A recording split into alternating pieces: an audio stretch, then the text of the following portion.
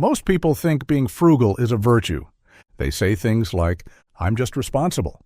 I don't waste money. I don't need much." But what if that's not the whole story? What if the reason you hesitate before spending, the reason you overthink every purchase, the reason you feel a small wave of anxiety when money leaves your account, isn't discipline? What if it's fear? Today, we're not talking about reckless spending. We're not talking about financial irresponsibility. We're talking about something deeper.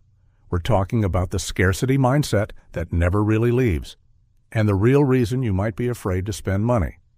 There's a difference between being financially wise and being emotionally afraid. Financial wisdom says, "I'm choosing not to spend because it doesn't align with my goals." Fear says, "I can't spend because something bad might happen." The behavior looks identical. The psychology is completely different.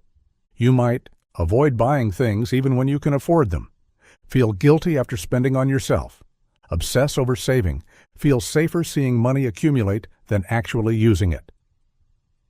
Experience anxiety when your balance drops even slightly. That's not always a strategy. Sometimes that's protection, and protection always comes from somewhere. Scarcity doesn't start in adulthood. It usually starts in childhood. Maybe you grew up hearing, "We can't afford that." "Money doesn't grow on trees." "Do you think we're rich?" Maybe money caused arguments, stress, silence, tension in the house.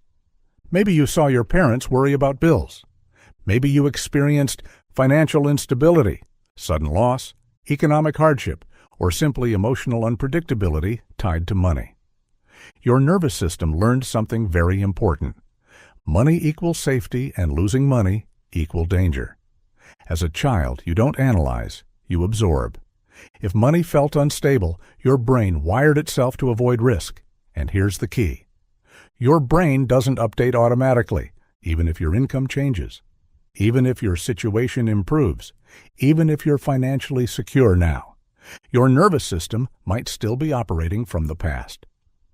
Let's describe what this fear actually feels like. It's subtle. It's not dramatic panic. It's a quiet tightening in your chest.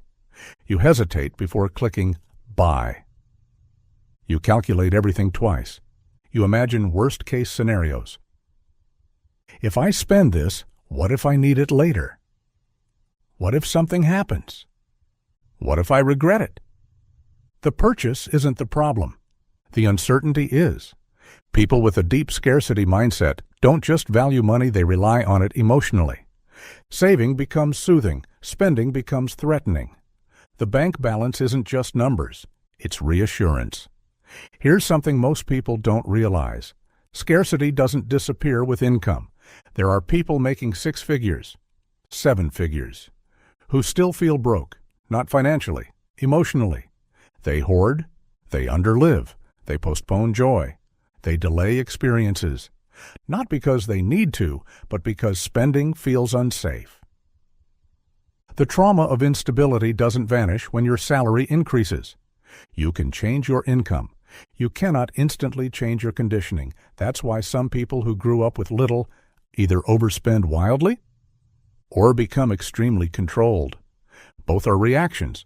Both are survival patterns. Imagine a child with a piggy bank. They save carefully. Coin by coin, it becomes their small sense of control. Now imagine one day it breaks. Coins scatter. Security disappears. That moment, whether literal or emotional, can shape how someone relates to money for years. Even losing something small can feel catastrophic. That's why someone with scarcity doesn't just think, "I'm spending $50. They feel, "I'm losing safety." Even if it's not rational, even if the math makes sense, the emotion doesn't care about logic. Here are a few signs this might be fear, not discipline. You feel guilt when spending on yourself, even on necessities. You rarely celebrate financial wins. You obsess over what-if scenarios. You avoid investing because losing feels unbearable. You equate spending with irresponsibility, no matter what. Financial wisdom feels calm. Scarcity feels tense. If your relationship with money feels tight instead of intentional, There might be something underneath.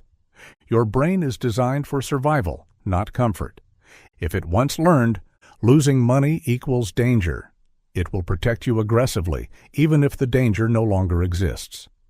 Your nervous system doesn't care about your spreadsheet. It cares about remembered fear. That's why you can logically know you're fine and still feel anxious spending. It's not weakness, it's conditioning. Now, let's talk about healing. This is not about reckless spending. It's about emotional safety. Step 1. Separate facts from fear. Ask yourself, is this actually unsafe, or does it just feel unsafe? Step 2. Start with small exposures. Spend intentionally on something meaningful. Notice the discomfort. Let it pass. Step 3. Redefine safety. Safety is not just saved money. It's also skills, stability, relationships, adaptability. Step 4. Allow controlled enjoyment. Spending can be strategic and fulfilling. It does not have to be chaotic. Step 5. Acknowledge your younger self. You survived what you needed to survive. But you don't have to live there anymore. There is nothing wrong with being careful. There is nothing wrong with saving. But when saving becomes fear-driven, you shrink your life to protect your balance. Money is a tool, not a shield, not an identity, not your only safety net. The goal isn't to spend freely. The goal is to choose freely. If this resonated with you, it doesn't mean you're broken. It means you adapted. Scarcity once protected you. Now you get to decide. Is it still serving you? If you found value in this, you're welcome to like, comment, and subscribe. It helps the channel grow, and it lets me know these conversations matter. And remember, being careful with money is wisdom. Being afraid of money is something you can heal.